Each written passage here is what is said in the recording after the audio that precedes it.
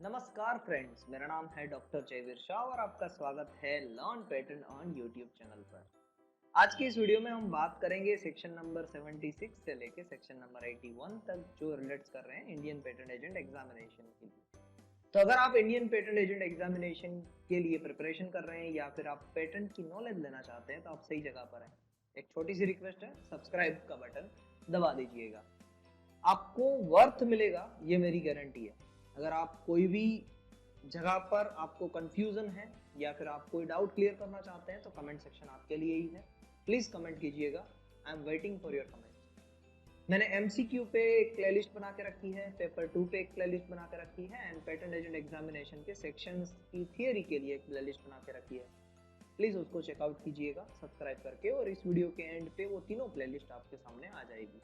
चलिए without wasting a time शुरू करते हैं आज का वीडियो। तो सबसे पहले सेक्शन नंबर 77 ये क्या कह रहा है? Controller to have certain power of civil court. Controller के पास किस तरीके का पावर है? सिविल कोर्ट के जैसा पावर। कौन कौन से केसेस में? Controller can order someone to be present. Controller जैसे कोर्ट बुला सकती है ना कि वो हाजिर हो, वैसे ही कंट्रोलर भी बुला सकते हैं someone to be present. Production of any document in front of him. बोल सकते हैं कि कोई भी एविडेंस या कोई भी, जैसे कि हो सकता है कि कंट्रोलर बोल दे, एज पर सेक्शन 10 भी लिखा हुआ है कि कंट्रोलर जो इन्वेंशन है उसको देखना चाह सकते हैं। तो आपको अगर बुलाए, आप एप्लीकेंट है तो आप वहां पर जाएंगे और अपना इन्वेंशन बताएंगे भी। ऐसा भी हो सकता है कि कंट्रोलर पूछे भी आपसे। फिर क्या है? Receive evidence on affidavits. अब कानूनी कार्यवाही है तो एफिडेविट पे लिखवा कर एविडेंस मांग सकते हैं। उस पर कोई बड़ी बात नहीं है। अगर किसी के साथ लाइसेंस किया है या किसी के साथ कोई, सपोज ऐसा समझ लीजिए कि एक पर्सन है ऐसे कि जो कह रहे हैं कि हमें, जिनके पास पेटेंट है, एक पर्सन है जिनके पास पेटेंट है, अब वो दूसरे पर्सन को उस पेटेंटेड प्रोडक्ट के साथ साथ दूसरी भी चीजें उनसे ही खरीदने के लिए कह रहे हैं। तो कोई भी पर्सन जा सकता है कंट्रोलर के पास और कह सकता है कि सर, फॉर्म नंबर 30 फाइल करके कि सर देखिए, मैंने तो ये लाइसेंस तो ले लिया पेटेंटेड आर्टिकल के लिए, मगर सामने वाला बंदा मान नहीं रहा है। एज पर सेक्शन 140 उसको दूसरी चीजें मुझे नहीं बेचनी चाहिए, फिर भी वो मान नहीं रहा है, तो मैं क्या करूँ? तो कंट्रोलर कहेगा अच्छा बेटा, ऐसी बात है, कोई बात नहीं, तू जा, मैं अभी एविडेंस मंगवाता हूँ एफिडेविट में। तो वो दूसरे पर्सन को जाके बोलेगा जिसके पास पेटेंट है कि भाई साहब, आपको जो पर्सन मेरे पास आया है उसको लिख के दे दो एफिडेविट में कि आप उसको सिर्फ पेटेंटेड आर्टिकल बेचेंगे और सारी चीजें उनको बेचने के लिए फोर्स नहीं करेंगे। तो ये भी पावर है कंट्रोलर के पास, ऐसा कर सकते हैं। Can conduct any examination. Controller है ना, कोई भी एग्जामिनेशन करवा सकते हैं। वैसे तो सारी एग्जामिनेशन कंट्रोलर खुद करवाते हैं, और आपको एक ये चीज जान के बड़ा आश्चर्य होगा कि जो एप्लीकेंट है उनको जो फर्स्ट एग्जामिनेशन रिपोर्ट मिलती है ना, वो कंट्रोलर से मिलती है, ना कि एग्जामिनर से। जी हाँ, आप सही सुन रहे हैं। एग्जामिनर अपनी रिपोर्ट बनाकर कंट्रोलर को भेजते हैं, कंट्रोलर उनको रिव्यू करते हैं। ऐसा हो सकता है कि उस रिपोर्ट में चेंजेस करे और बाद में वो एप्लीकेंट को भेजे। तो जो एप्लीकेंट के पास फर्स्ट एग्जामिनेशन रिपोर्ट आती है वो कंट्रोलर भेजते हैं, ना कि एग्जामिनर। Can avoid cost. जैसे कि हमने देखा था सेक्शन नंबर 51 में, पावर ऑफ कंट्रोलर। 3 पर्सन है एप्लीकेंट, उसमें से एक पर्सन ऐसा बोल रहा है कि भाई साहब, मुझे ये जो बिजनेस है वो नहीं करना है, और बाकी के 2 एग्री हैं उस बिजनेस को करने के लिए, उस पेटेंट की लाइसेंस को देने के लिए, और उससे कुछ वर्थ बन रहा है। तो वो दोनों, जो 2 पर्सन है आउट ऑफ 3 एप्लीकेंट या पेटेंटी, 2 पर्सन जाएंगे किनके पास? जाएंगे कंट्रोलर के पास, फॉर्म नंबर 11 फाइल करेंगे और कहेंगे कि भाई ये तीसरा मान नहीं रहा है, मगर बिजनेस हो रहा है, तो आप हमारी मदद कीजिए। एक हियरिंग होगी, हियरिंग के अंदर अगर सामने वाले थर्ड पर्सन ने मान लिया तो ठीक, या फिर कंट्रोलर ऐसा भी ऑर्डर दे सकते हैं कि भाई साहब आप छोड़ दीजिए, और बाकी के दोनों को बोल सकते हैं कि आप आगे बढ़ के काम कीजिए।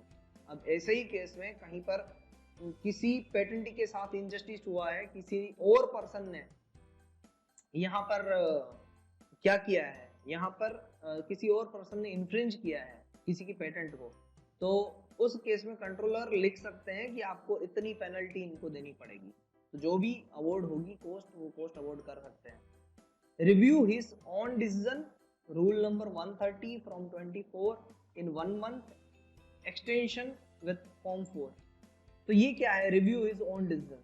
एक एग्जांपल लेते हैं, जैसे कि पेटेंट लेफ्ट हो गई है, रिस्टोर करनी है, रिस्टोरेशन के लिए फॉर्म नंबर 15 फाइल किया किसी ने, पूरी प्रोसेस हो गई, फाइनल ऑर्डर आ गया कंट्रोलर से कि आपकी पेटेंट रिस्टोर नहीं हो सकती है। अब वो डिसीजन आने के 1 महीने के अंदर अंदर अगर वो पेटेंटी वापस अप्लाई करता है, तब तो वो पेटेंटी है नहीं, वो पर्सन वापस अप्लाई करता है रिस्टोर करने के लिए पेटेंट को, तो हियरिंग वापस होगी और उस हियरिंग को एक्सटेंड कर सकते हैं हम 1 मंथ के लिए। यानी वो हियरिंग का टाइम जो है, जो request review his own decision का टाइम है, कंट्रोलर अपने ही डिसीजन को रिव्यू करे, उस टाइम को 2 महीने तक एक्सटेंड कर सकते हैं। 1 महीना तो मिलता ही है, और उस 1 महीने के अंदर अगर फॉर्म 4 फाइल किया और उसमें लिखा कि हमें और 1 महीने का एक्सटेंशन चाहिए bye filing form number 24 and under rule number 130, तो 1 महीना और मिल सकता है। यानी 2 महीने के अंदर अंदर कोई फॉर्म नंबर 24 फाइल करके बोल सकते हैं, रिक्वेस्ट कर सकते हैं कंट्रोलर को कि आप अपने डिसीजन को एक बार फिर से देख लीजिए। अब बात आती है setting aside and order passed by ex parte. Setting aside यानी उससे खिसक जाना, उस जगह से हट जाना। An order passed ex parte. अब ये एक्स पार्टी क्या है उसको भी समझेंगे थोड़ी देर में, मगर ये सारे डिसीजन यहाँ पर आएगा, वो सारे डिसीजन जैसे एक सिविल कोर्ट दे रही है ना, वैसे ही गिने जाएंगे, भले ही वो कंट्रोलर के पास से दिए गए ऑर्डर हो तो भी। अब एक्स पार्टी क्या है? The term ex parte orders relates to those orders which are passed in the presence of just one party and without hearing the other party। तो जब एक पार्टी को सुन के, सिर्फ एक जगह का सुन के जो ऑर्डर पास होते हैं ना, उस ऑर्डर को एक्स पार्टी रूल कहा जाता है। दूसरे पर्सन को सुना ही नहीं, जनरली तो 2 ही पर्सन होते हैं, एक ओपोज करने वाला और एक जो पेटेंटी है वो। तो पेटेंटी को तो सुना ही नहीं, ओपोज करने वाले को सुन के ऑर्डर दे दिए, तो उसको एक्स पार्टी ऑर्डर कहेंगे। और यहाँ पर as per rule 132 form number 24 file करके ही वो ऑर्डर से साइड में बैठ सकते हैं कौन? कंट्रोलर जी। ये भी उनके पास एक फ्लेक्सिबिलिटी है। चलिए सेक्शन नंबर 77 में क्या कहा गया है, सॉरी 78 में क्या कहा गया है? Power of controller to correct clerical error. अब ये हमने ऑलरेडी सेक्शन नंबर 71 में भी देख लिया था कि पावर ऑफ एपेलेट बोर्ड जो क्लेरिकल एरर को चेंज करने के लिए है। वैसे तो अभी एपेलेट बोर्ड है ही नहीं 2021 से, अभी तो डायरेक्टली हाई कोर्ट के अंदर ही एक पेटेंट का एक जगह बना दी गई है, पेटेंट की ऑफिस बना दी है, छोटी सी पेटेंट की एक वकील बिठा दिए गए हैं, तो उसके लिए ज्यादा अभी टेंशन लेने की बात नहीं है। बट हाँ, अभी बात है power of controller to correct clerical errors के बारे में, जो सेक्शन 78 कह रहा है। तो उसमें कौन कौन सी सेक्शंस नहीं आएगी क्लेरिकल एरर्स में? जैसे कि सेक्शन नंबर 57 में क्या लिखा हुआ है? अमेंडमेंट जो हुए है ना एप्लीकेशन में, जो कंट्रोलर के सामने है, वो चीजें नहीं आएगी यहाँ पर। 59 जो सप्लीमेंट्री प्रोविजंस है, वो चीजें नहीं आएगी यहाँ पर क्लेरिकल एरर में। और सेक्शन नंबर 44 जिसमें हमने डिस्कस किया था कि अगर कोई पेटेंट ग्रांट होने के वक्त जो पेटेंटी है उसकी डेथ हो जाती है और उसकी जगह पर सब्स्टिट्यूशन किसी और को देना होता है, तो वो केस में जो भी करेक्शंस हुए हैं वो करेक्शंस यहाँ पर नहीं आएंगे। तो इन तीनों करेक्शंस को बात करते हुए बाकी के करेक्शंस जो भी आते हैं उसके लिए person interested form number 30 file करके कह सकते हैं कि सर आपने ये गलती कर दी है, यहाँ पर क्लेरिकल एरर है, इसको चेंज कर दीजिए। ओके। और खुद कंट्रोलर अगर चाहे तो changes without request and then hearing, तो खुद कंट्रोलर चाहे तो चेंज कर सकते हैं, क्लेरिकल एरर कोई भी करेक्ट कर सकते हैं, बट वहां पर हियरिंग होगी। और हियरिंग होने के लिए जो भी डिसीजन आएगा उसकी नोटिस भी पब्लिश होगी, नोटिस विल पब्लिश, जो भी डिसीजन आया उसकी नोटिस पब्लिश होने से person interested can oppose in 3 month. Person interested जो है ना वो 3 महीने के अंदर अंदर फॉर्म 14 फाइल करके जो भी डिसीजन यहाँ से आया है क्लेरिकल एरर का, उसको ओपोज कर सकते हैं रूल नंबर 124 के हिसाब से। सेक्शन नंबर 79 जो कह रहा है वो है evidence how to be given, evidence कोई भी चीज का कैसे दे सकते हैं, and power of controller in respect thereof. तो